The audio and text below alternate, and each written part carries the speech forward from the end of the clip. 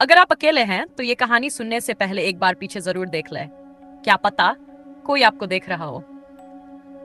सुनील श्रीवास्तव डरावनी हिंदी स्टोरी पर आपका स्वागत है। यहाँ आपको मिलेंगी ऐसी खौफनाक कहानियां जो रातों की नींद उड़ा देंगी।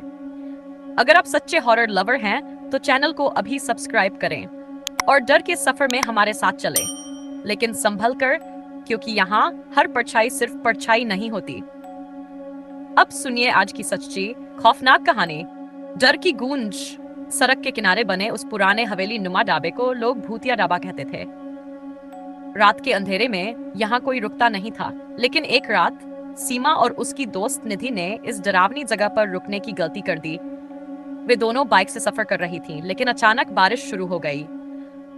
चारों तरफ घना अंधेरा था और दूर दूर तक कोई दूसरी जगह नहीं दिख रही थी। मजबूर होकर वे उसी ढाबे में रुक गई। अंदर घुसते ही माहौल अजीब सा लगा।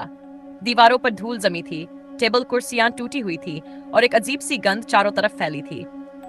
ढाबे का मालिक, एक बूढ़ा आदमी, उनिंदी आंखों से उन्हें घूर रहा था। उसने धीमी आवाज में कहा, खाना खाओगी तो यही खाना पड़ेगा, बाहर मत जाना वरना वे जाग जाएंगे। वे कौन? निधि ने हंसते हुए पूछा, लेकिन बूढ़ा कुछ नहीं बोला, बस कोने में बैठ गया। सीमा और निधि ने खाने का ऑर्डर दिया। खाना अजीब सा था, जैसे उसमें कुछ गड़बड़ हो। तभी ढाबे की खिड़की से किसी के झांकने की आवाज आई। बाहर देखने पर घना अंधेरा था, लेकिन एक सफेद साया लगातार नजदीक आ रहा था। सीमा कांपते हुए बोली, हमने बहुत बड़ी गलती कर दी। तभी हवा का एक झोंका आया और दरवाजे अपने आप खुल गए। निधि ने टॉर्च जलाकर देखा। सामने एक औरत खड़ी थी। उसकी आंखें लाल थीं और उसके पैर उल्टे थे। तुम्हें यहाँ नहीं आना चाहिए था। औरत की भयानक फुसफुसाहट गूंजी और अगले ही पल वह हवा में घुल गई। सीमा और निधि चीखती हुई बाहर भागी, लेकिन बाइक स्टार्ट ही नहीं हो रही थी।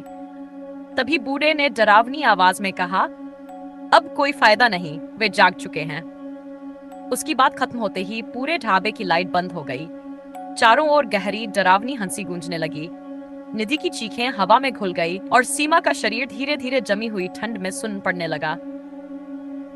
सुनील श्रीवास्तव डरावनी हिंदी भी सब्सक्राइब करें और ऐसी ही खौफनाक कहानियों का हिस्सा बने। बाय बाय, टेक केयर, अगर कर सको तो।